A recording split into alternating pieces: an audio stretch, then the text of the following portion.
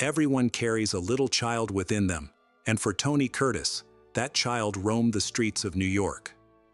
He once described his beginnings as a struggle, even claiming he fought his way out of a garbage can.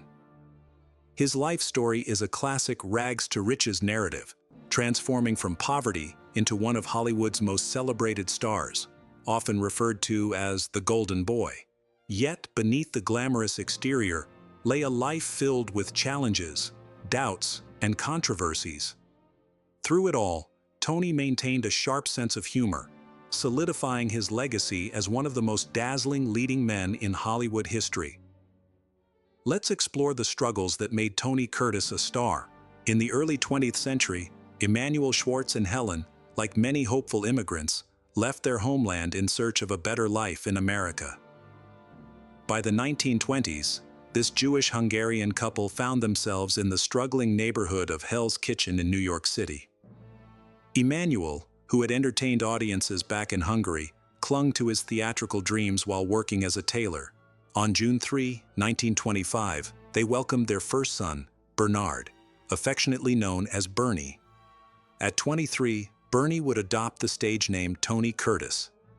The family expanded with the birth of a second son, Julius, 4 years later. Tony's memories of his childhood are marked by hardship. His mother faced both physical abuse and mental illness, while his father battled depression and financial struggles, leading to a life of instability, including a period of squatting in an abandoned building. Tony reflected on his parents' relationship, noting their lack of affection and the absence of a happy marriage. Growing up in a Hungarian community, he spoke Hungarian at home, but encountered Hebrew during synagogue visits with his father, only learning English at school. Despite his striking looks, Tony often faced bullying due to his impoverished Jewish background. He learned to defend himself, sometimes striking back against his tormentors. His academic performance suffered, and he frequently skipped classes, though he enjoyed his time in the Boy Scouts. Throughout these turbulent years, his brother Julius was his confidant, a gentle soul whom Tony trusted deeply. During the challenging days of the Great Depression, the Schwartz family faced such hardships that they had to place their children in an orphanage for a short time. Tony, at just 10 years old, and his younger brother, who was 6, experienced this tough reality. Despite their struggles, the family still managed to escape to the Catskill Mountains for vacations. As Tony grew older, he began to take on various jobs, selling newspapers on the streets and delivering for his father's tailoring business. He saved every penny he earned to buy cinema tickets. He often reflected on how, despite having holes in his shoes and witnessing his parents argue at home, the moment he entered a movie theater, all his troubles faded away. This love for film ignited a dream of becoming an actor, and he also developed a passion for drawing, which blossomed into a lifelong appreciation for art. Tragedy struck in September 1938, when Tony lost his younger brother Julius, just 9 years old, in an accident involving a truck. The loss hit Tony hard, plunging him into deep grief that heightened his existing struggles with depression during his teenage years. Later that year, he celebrated his bar mitzvah, but the occasion felt hollow, overshadowed by his sorrow over Julius's death. To cope, Tony turned to art and engaged in increasingly adventurous activities. While he was physically strong, traditional sports never appealed to him. Instead, he sought thrills in urban escapades like hitching rides on moving trolleys, climbing train bridges, and jumping from rooftops. He liked to think of himself as a self-taught stuntman preparing for a future in film. He humorously noted that he was becoming a skilled athlete, not out of dedication to a sport, but in anticipation of his movie career. Tony also recounted an awkward yet funny incident involving a jockstrap that he believed connected to his acting journey. After forgetting to change back into regular underwear post-gym class, he found himself in an uncomfortable situation at a party. Seeking relief, he discreetly tossed the jockstrap under the bathtub and joined the festivities feeling free. However, when the host's father discovered the jockstrap, Tony had to deliver an impressive performance to dodge embarrassment. He reassured himself that he had put on a stellar act, confident that the father wouldn't make everyone take their pants off. He also vividly remembered the day he lost his virginity in a Panamanian bordello, expressing a desire to grow up quickly to experience more of such moments. It was clear that his sexual experiences were significant motivators in his life, and he later boasted about leaving his mark on countless girls across the country. Tony's brother Robert arrived in the fall of 1940. Reflecting on their relationship, Tony expressed feeling distant from his new sibling, believing that his parents shouldn't have had another child given their lack of attention to their existing kids. The attack on Pearl Harbor abruptly transformed Tony's high school experience. Suddenly, being Jewish didn't make him a prime target for bullies. As the nation united against the Axis powers, 16-year-old Tony eagerly sought to enlist in the military. He had been symbolically battling Nazis, launching stink bombs and urine-filled condoms at Nazi supporters in his neighborhood, alongside his Jewish friends. By spring 1942, Tony was ready to leave school behind. He forged his mother's signature on enlistment papers and joined the U.S. Navy. He later described that day as among the happiest of his life, bursting with excitement. His military training took him to various locations, including Buffalo for basic training, Champaign, Illinois for signal school, and Connecticut for submarine training. In San Diego, he embraced his off-duty time by enjoying movies and even visiting the Hollywood Canteen, where he grew particularly fond of Cary Grant, describing him as the ideal man. Tony's naval journey led him to Hawaii, where he served on the USS Proteus, assisting submarines.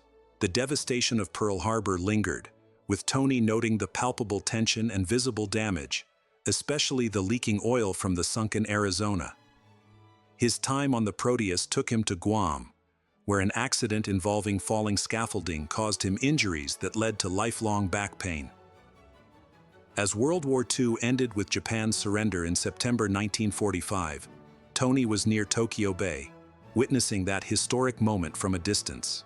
After the war, invigorated by his Navy experience, Tony returned home honorably discharged and set his sights on a Hollywood career.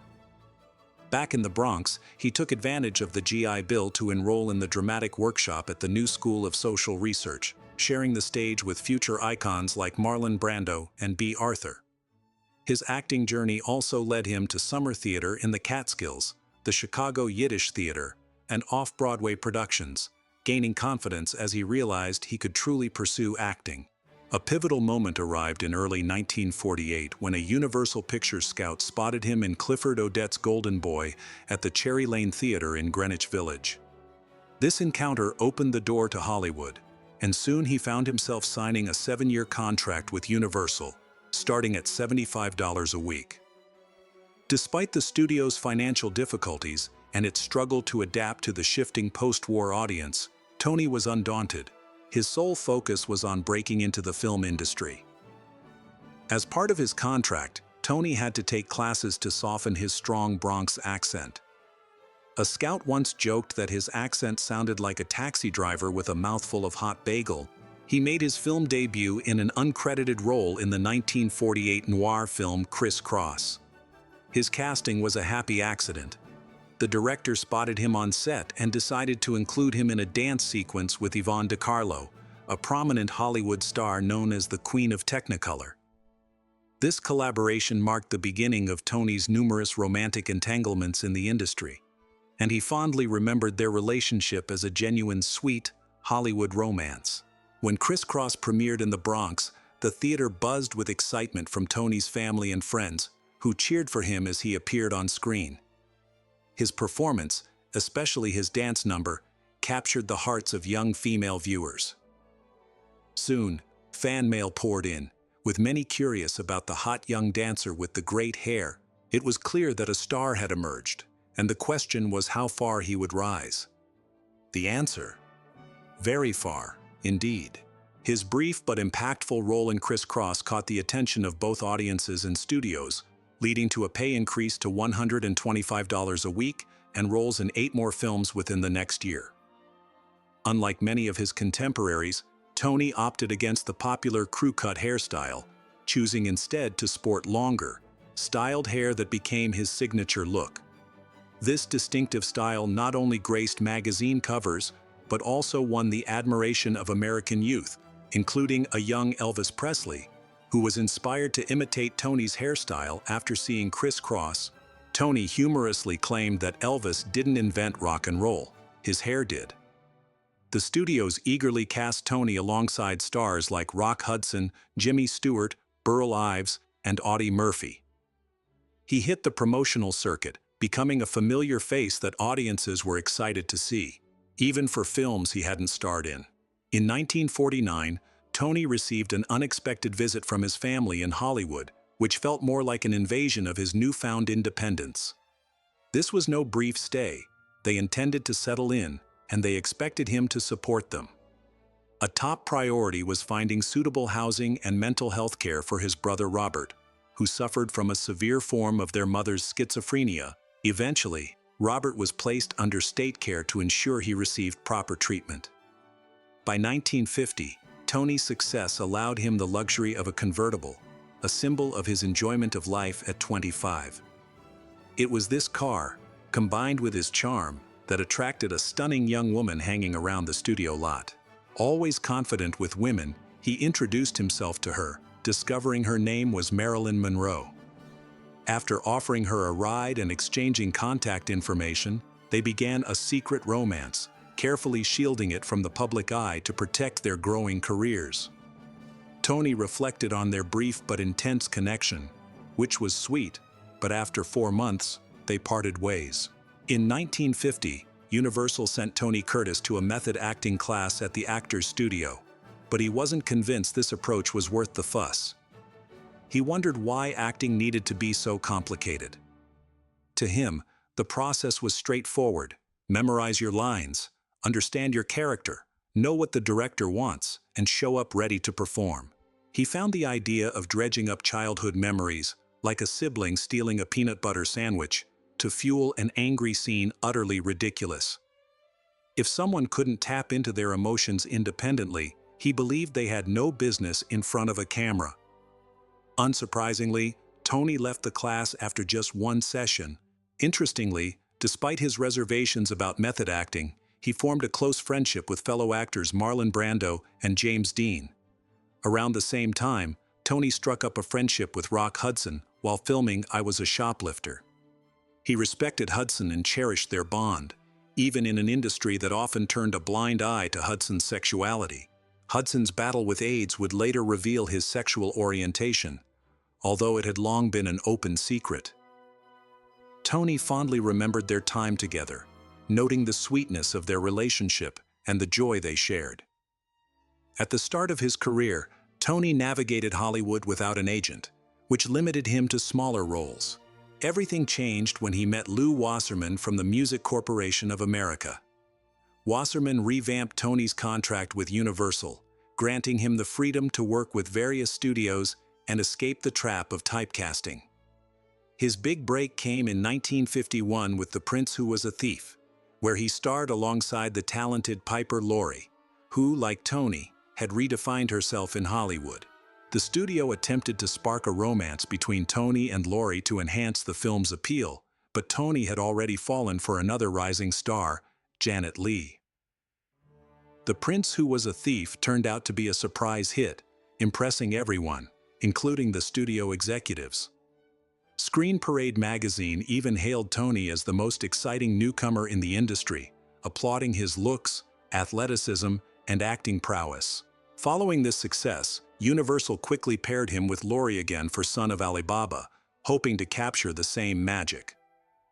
Meanwhile, Tony's charm had worked its magic on Leigh, and they married on June 4, 1951, becoming one of Hollywood's most glamorous couples. The 1950s were a whirlwind for them, filled with high society events, star-studded parties, fine dining, film premieres, philanthropy, art collecting, and political engagement, all under the watchful eye of the media. Tony felt their marriage elevated their careers, allowing them to mingle with the elite and embody Hollywood glamour. They rubbed shoulders with the likes of Dean Martin, Frank Sinatra, and Kirk Douglas. In 1953, Tony and Leigh starred together for the first of 6 films in Suddenly, Tony dedicated himself to mastering the magic tricks and stunts for the film, a commitment he carried into other projects, like learning acrobatics for trapeze and playing musical instruments for the Rat Race. While filming Trapeze in Europe, Leigh discovered she was expecting, and their daughter Kelly was born on June 15, 1956. Tony Curtis's star continued to rise in Hollywood. In 1956, he and Janet Leigh launched their own film production company, CTLY Inc. Tony became a regular on popular game and talk shows, including What's My Line and The Ed Sullivan Show. Yet, he craved more meaningful roles. He reflected on his career, noting that while he was drawing crowds, the films themselves fell short of being classics. On the surface, Tony and Leigh appeared to be the quintessential celebrity couple, living a life filled with luxury. Their world sparkled with lavish homes, fancy cars, designer clothes, smart investments, and the constant admiration of fans and the media. They traveled in style, enjoying exclusive access wherever they went. For their daughter Kelly's second birthday in June 1958, they threw a lavish party that drew Hollywood's elite and their children. By this time, Tony had successfully shed the typecast roles that had marked his early career. His collaboration with Frank Sinatra in Kings Go Forth not only strengthened their friendship, but also welcomed him into the Rat Pack's inner circle. He fondly recalled how they treated him like a younger brother, bringing out the best in everyone. The film's premiere in Monte Carlo was a star-studded event, graced by royalty, including Prince Rainier and Grace Kelly. That same year, Tony and Leigh embarked on a European tour to promote The Vikings, another project from their company. In 1958, Tony took on a challenging role opposite Sidney Poitier in The Defiant Ones. They portrayed escaped convicts chained together, with Tony playing a racist character. To emphasize his character's brutality and avoid letting his good looks overshadow the role, he wore a prosthetic nose. Tony was a progressive figure and maintained friendships with notable African Americans like Sammy Davis Jr. and Harry Belafonte. Both he and Poitier earned Academy Award nominations for Best Actor for their powerful performances in this significant film, which also received a Best Picture nomination during the height of the Civil Rights Movement. Tony's career-defining moment came with his role in Billy Wilder's iconic screwball comedy Some Like It Hot, where he starred alongside Jack Lemmon and Marilyn Monroe. In the film, Tony and Lemmon played musicians on the run from the mob who disguised themselves as women to join an all-female band. To convincingly portray their characters, Josephine and Daphne, they underwent extensive makeup, costume fittings, and etiquette lessons from actresses. Tony expressed his desire to not just impersonate a woman, but to embody a beautiful one. In a classic twist typical of Wilder's storytelling, Tony's character develops feelings for a fellow band member played by Monroe, and adopts yet another disguise as a millionaire to win her over. During the filming of Some Like It Hot, Tony Curtis and Marilyn Monroe briefly rekindled their previous romance while working at the Grand Hotel del Coronado. Despite knowing his family would soon arrive, Tony couldn't resist Monroe's tempting invitation to her room. The discomfort of their elaborate costumes and makeup tested the patience of both Tony and his co-star Jack Lemmon, though they understood that nurturing Monroe was essential for a stellar performance. Adding to the challenges, Monroe's pregnancy slowed her down, delaying the shoot even further. Frustrated, Tony lost his temper one day, leading to a heated confrontation with Monroe and various crew members. When he later approached Monroe to apologize, she revealed that she believed the baby might be his instead of her husband, Arthur Miller's. His comments following the incident only fanned the flames, including a notorious quip where he compared kissing her to kissing Hitler. In his later autobiography, he clarified that he had truly loved Monroe and considered her a fantastic kisser. As 1958 came to a close, Tony faced a whirlwind of emotions. Just 6 days after finishing Some Like It Hot, his father passed away at 58 following complications from a long-standing illness. Just 3 days after the funeral, he and his wife Leigh welcomed their second daughter, Jamie Lee Curtis. The emotional roller coaster continued with Monroe's hospitalization under unclear circumstances, hinting at a miscarriage, which left Tony grappling with potential grief as he suspected he might be the father. Reports later revealed that she had taken sleeping pills and wine on an empty stomach. In 1959, Tony's career took a turn as he starred alongside Cary Grant in Operation Petticoat. Tony openly admired Grant, having idolized him since his teenage years, and landing a project with him was a dream come true. The film became a massive success, marking the studio's highest-grossing comedy to date. However, Tony's personal life was tumultuous, complicated by infidelities and a selfish motto of "thou shalt not get caught." When Tony discovered a letter detailing Leigh's extramarital affairs, his jealousy flared up. He admitted that while he had his own affairs, they made him feel guilty, and he had always ensured that Leigh remained oblivious to his infidelity. This storm of emotions led him to Hugh Hefner's mansion for a weekend of indulgence, where he enjoyed the company of Playboy bunnies without a single ounce of guilt. Tony found himself grappling with marital strife and job-related stress, which pushed him to seek therapy during another episode of depression. A request from Leigh's father for a $100,000 loan escalated into a significant argument, which only intensified after Leigh's father tragically took his own life, a grim reality that Tony had to share with Leigh while she was away on vacation. In 1961, while filming Taras Bulba in Argentina and away from his family, Tony developed a crush on his 17-year-old co-star, Christine Kaufman. He reflected on this attraction, saying she embodied everything he wished he could have experienced in his youth in New York. He admitted that Christine brought joy back into his life, but this budding romance ultimately marked the end of his marriage to Leigh. Their divorce was swiftly finalized in Mexico, with Leigh remarrying the very next day. Tony believed his marriage faltered due to his lack of role models and preparation for family life, admitting that he had never witnessed a happy couple growing up. Tony's relationship with Kaufman blossomed, leading to their marriage once she reached adulthood. Although Kaufman's mother disapproved of their union, Tony attempted to appease her in hopes of finding stability. However, marrying someone so much younger significantly damaged Tony's public image. Once celebrated for his marriage to Leigh, he now faced media backlash, referring to negative journalists as cancers on the rectum of the film industry. Custody of Tony and Leigh's daughter went to Leigh, and the girls spent more time with their stepfather than with Tony. Jamie Lee Tony later expressed a stronger connection with her stepfather than with her biological father. Tony appreciated Kaufman's influence, as she introduced him to new cultural experiences and reignited his passion for the arts.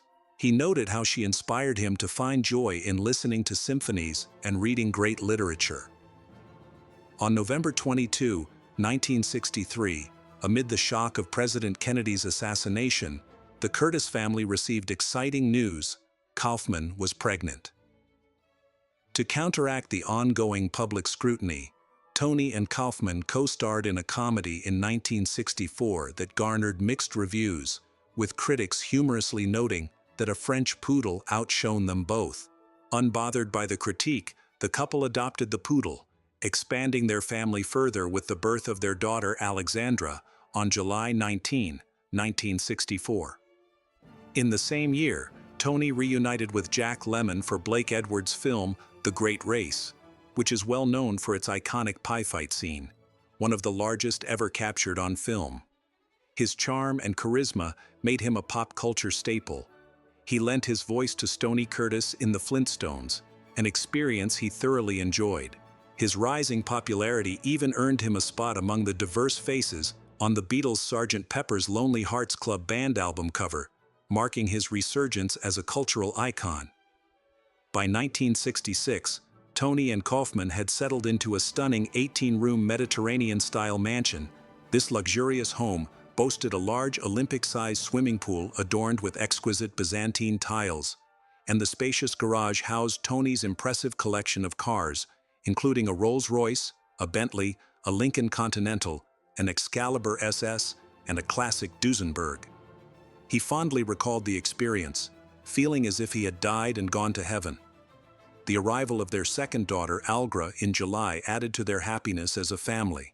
During the late 1960s, Tony's career soared under the mentorship of Lazar, who secured him leading roles in several films, including the groundbreaking The Boston Strangler in 1968.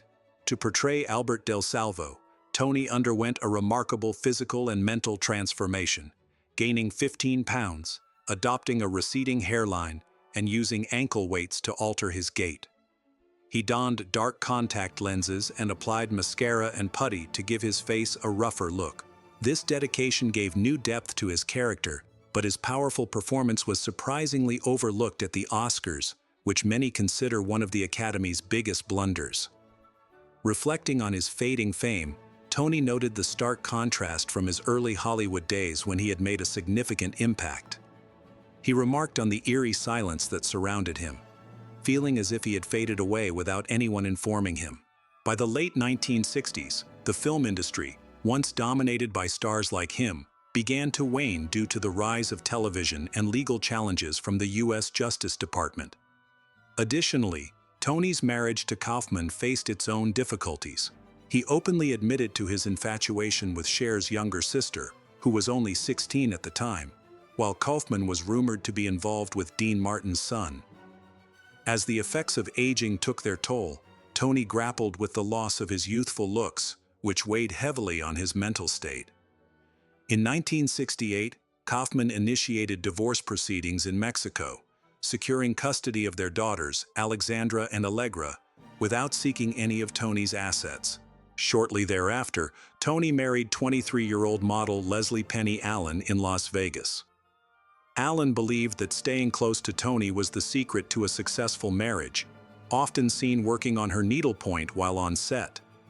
However, Tony's tendency to stray remained unchanged, as he soon found himself romantically involved with a co-star, admitting that he couldn't resist the temptation, regardless of his marital status.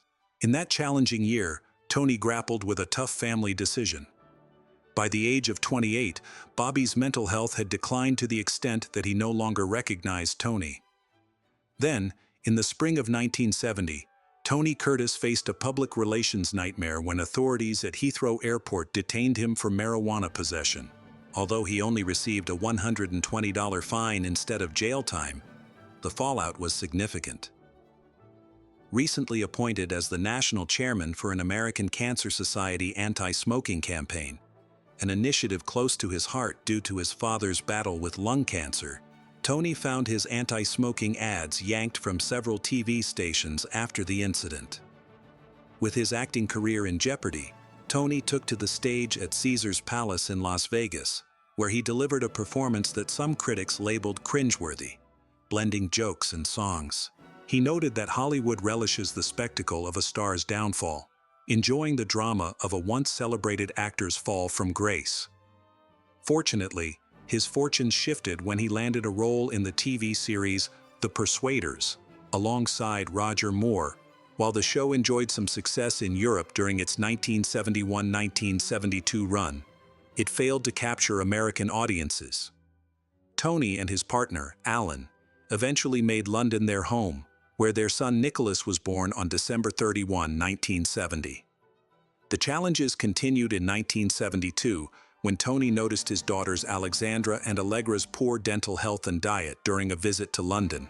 Concerned for their well-being, he accused Kaufman of neglect and decided against sending them back to Germany.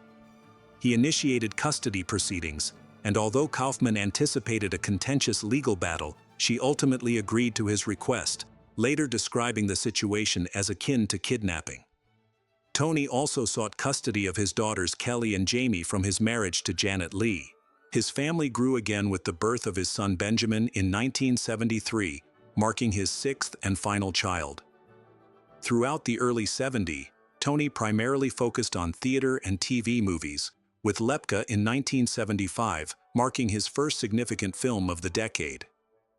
During this time, a family emergency prompted him to return to California. He admitted that he simply couldn't bring himself to enter the room, and shortly after, his mother passed away.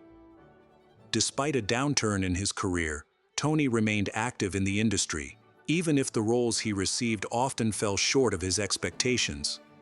He expressed frustration that while Marlon Brando continued to land quality parts, he felt overlooked by Hollywood. A promising role arrived in 1976 with The Last Tycoon, an adaptation of F. Scott Fitzgerald's unfinished novel, directed by Elia Kazan. To bolster his income, Tony began selling land he owned in Paris Valley, discovering this venture to be more profitable than his acting career. He also ventured into writing, publishing his first novel, Kid Cody and Julie Sparrow, in 1977, which drew inspiration from his own life and achieved commercial success, earning him royalties of $2.5 per book sold. He later secured a $50,000 advance from Doubleday for another novel, Starstruck, but failed to meet the deadline and submitted a draft that fell short of expectations, resulting in a lawsuit from Doubleday for the return of the advance. By 1980, back in Los Angeles, Tony faced more marital strife. The situation intensified when he discovered that his wife had made an unauthorized withdrawal of $100,000 from his account, a breach he could not overlook. Eager for a divorce, he found himself with a considerable array of assets, including multiple homes, cars, valuable antiques, a film production company, and a stake in a basketball team. After the divorce, his ex-wife sold off the furniture she received as part of the settlement. Once again, Tony sought to fill the void in his life at Hugh Hefner's mansion, surrounded by the familiar presence of Playboy bunnies. His career took a rocky turn while performing in Neil Simon's I Ought to Be in Pictures, where he learned that the director hadn't initially envisioned him in the role. Frustration bubbled over during a live matinee, leading him to lash out at his character's daughter and drop an F-bomb on the audience before storming off stage. As a result, he found himself absent from the cast when the show eventually hit Broadway.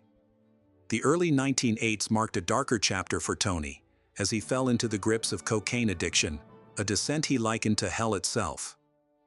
In a decade defined by excess and wealth, cocaine became the drug of choice. And while Tony had the financial means, his mental health and aging body struggled to cope with its toll. He even introduced his daughter Jamie Lee to cocaine, a decision they both later deeply regretted. As Tony grappled with addiction, the quality of his roles declined, pushing him into television films and series as major film opportunities dwindled. By the summer of 1984, his substance abuse led to a serious health crisis. His daily routine involved sleep aids and stimulants, which ultimately resulted in him collapsing and being hospitalized for internal bleeding and liver cirrhosis. Following his attorney's advice, Tony checked into the Betty Ford Clinic and managed to get clean after a month of intensive therapy. This period marked a turning point, allowing him to rebuild his relationship with Jamie Lee and reconcile with some of his ex-wives, although tensions with his other children lingered due to feelings of neglect. Embracing a new chapter in life, Tony dedicated more time to his art, relocating to Hawaii for 2 years to collaborate with an art dealer interested in his surreal paintings.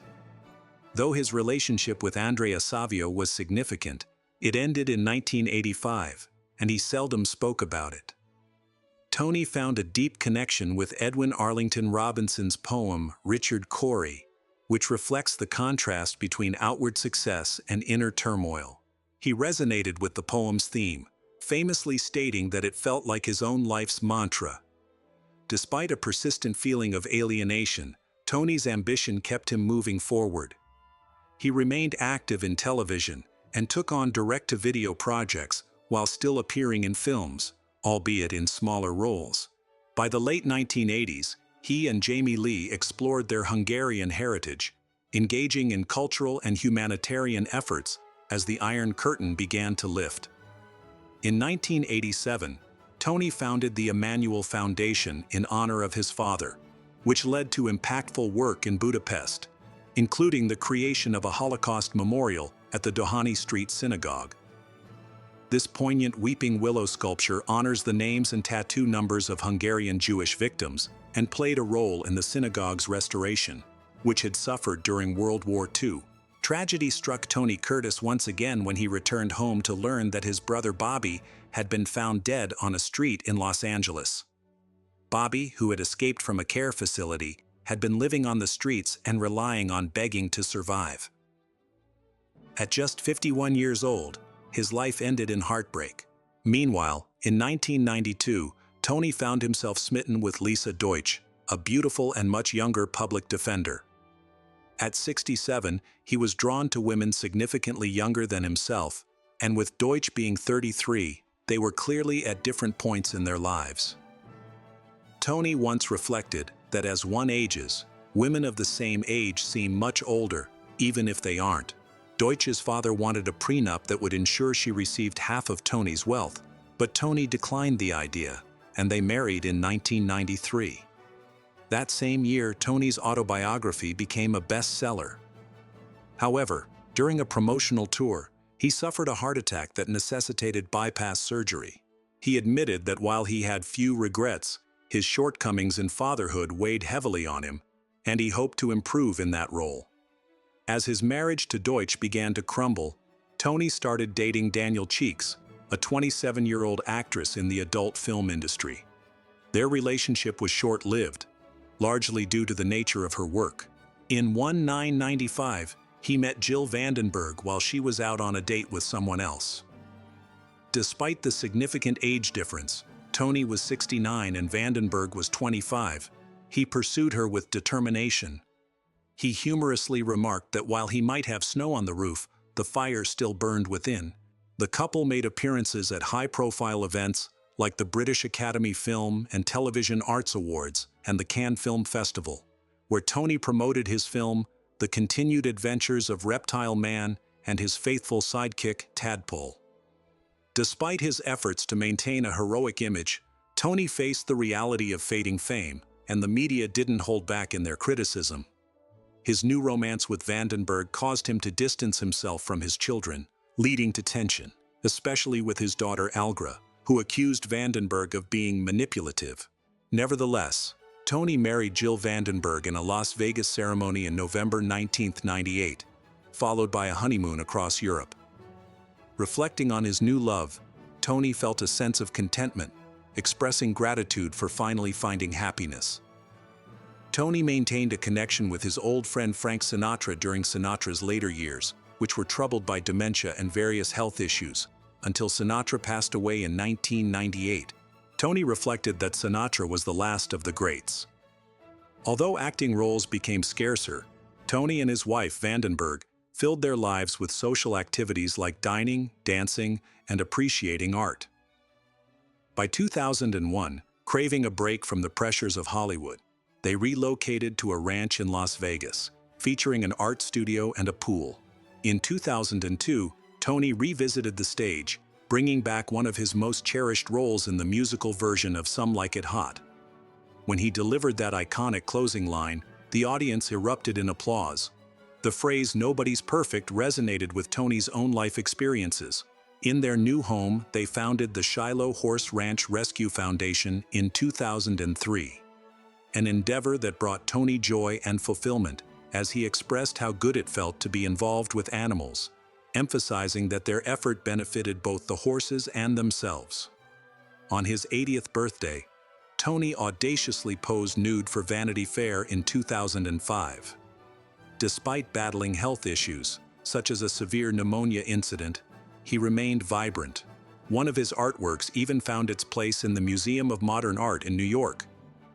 In 2009, a special event at the $1 Million Theater in Los Angeles celebrated his legacy, marking the 50th anniversary of Some Like It Hot. Later that year, he made his final film appearance in David and Fatima, portraying Mr. Schwartz in an interfaith romance. As Tony's health deteriorated, he encountered serious challenges, including an asthma attack at a book signing on July 8, 2010. He had also undergone surgery to remove part of his intestines. By September 2010, his health had significantly declined, leading him to stop eating and communicating. He peacefully passed away in his sleep at his home in Henderson, Nevada, on September 29, 2010, at 85. with cardiac arrest being the cause. His death prompted an outpouring of tributes worldwide. However, the emotional impact of his past lifestyle weighed heavily on his children, many of whom harbored unresolved feelings. When Allegra informed Jamie Leigh about her father's death, she bitterly remarked about his failings as a father. Tony's funeral reflected his unique style, including an Armani scarf, a Stetson hat, a copy of Anthony Adverse, and his iPhone tucked under his arm. Vandenberg delivered the eulogy, stating that he was just as charming and handsome in life as he appeared on screen. It seemed Tony was aware of Jamie Leigh's harsh opinions. A revision of his will revealed he had chosen to exclude his children from inheriting any wealth, leaving the bulk of his estimated $60 million estate to Vandenberg.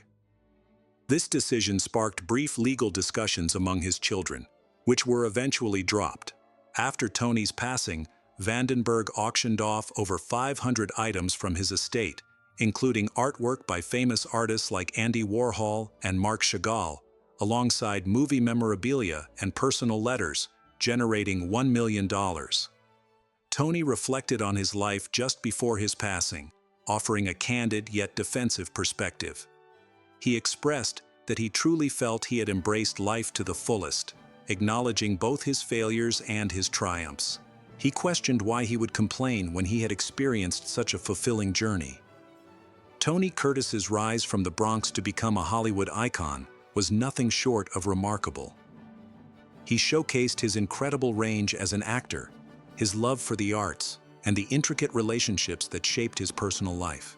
His story, filled with peaks and valleys, reveals a man who, despite his imperfections, savored every success. While he wasn't flawless, he will forever be remembered as Hollywood's golden boy. This episode ends here. If you're intrigued by more tales, don't hesitate to subscribe to our channel. Until next time.